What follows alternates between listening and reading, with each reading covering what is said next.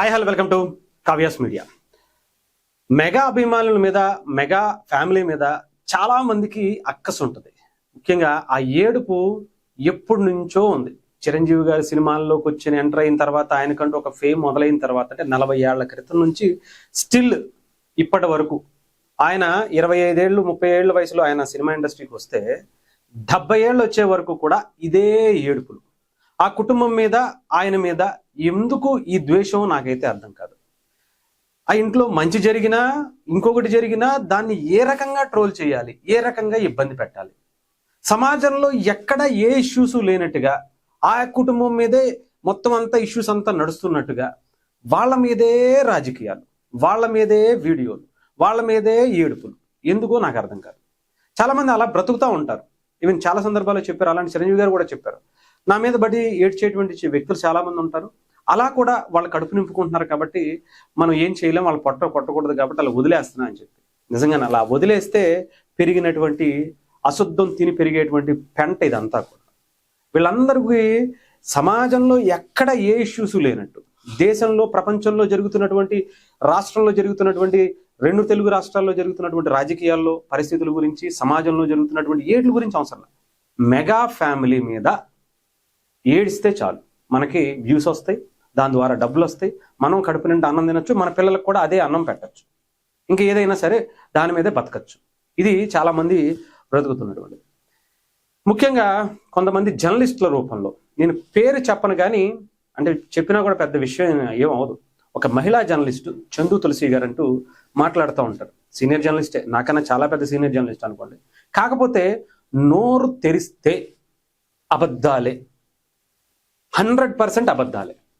తిమ్మిని బమ్మిని చేసి ఉన్నది లేనట్టుగా ఏ ఇష్యూ మీద తీసుకొచ్చినా సరే అన్ని అబద్ధాలే చెప్తారు. 100% అన్ని అబద్ధాలే. లేనివి అంటే వేరే ఒక చోట జరిగినవి ఇక్కడ లింక్ పెట్టడం, ఇక్కడ జరిగినవి వేరే చోట లింక్ పెట్టడం, ఎక్కడా కూడా పొంతం లేనటువంటి ఏమంటారు కంపారిజన్లు చేసుకుంటూ ఏదేదో ఆవిడైతే గడుపుతున్నటువంటి పరిస్థితి. మెగా ఫ్యామిలీ అంటే మరి ఎందుకు అంత అక్కసో నాకైతే తెలియదు ఆమె గురించి.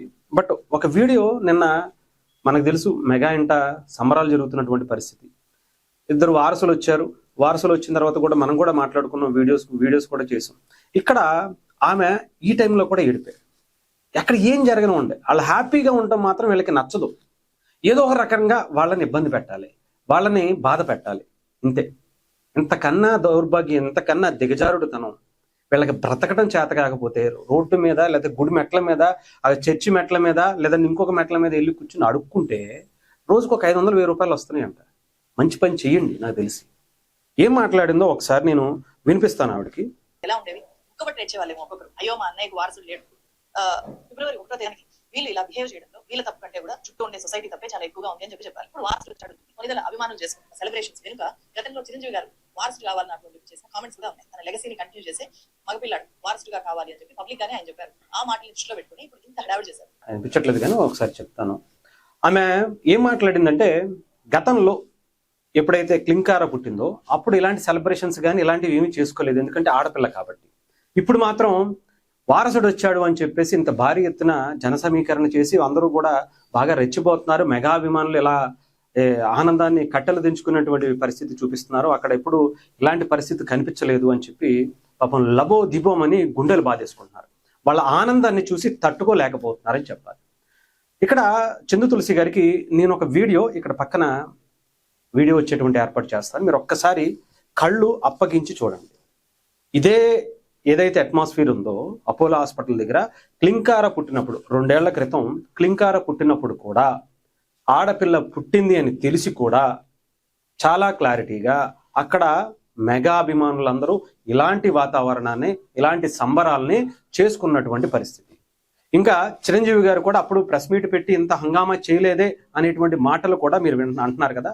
ఒకసారి మీరు చిరంజీవి గారు అప్పుడు మాట్లాడినటువంటి, ఒక ఆడపిల్ల వచ్చింది, మహాలక్ష్మి మా ఇంటికి వచ్చింది అనేటువంటి మాటలు మాట్లాడారో లేదో ఒక్కసారి మీరు విని చెవులుకున్నటువంటి బూచుని దులుపుకుని పని చేయాల్సిందిగా కోరుకుంటున్నాం. జర్నలిజానికి ఇలాంటి దరిద్రమైనటువంటిది ఇవి అంటగట్టి మనం మాట్లాడేటువంటి మాటలు ప్రజలు నమ్మేస్తారు, చూసేస్తారంటే సోషల్ మీడియా జమానా.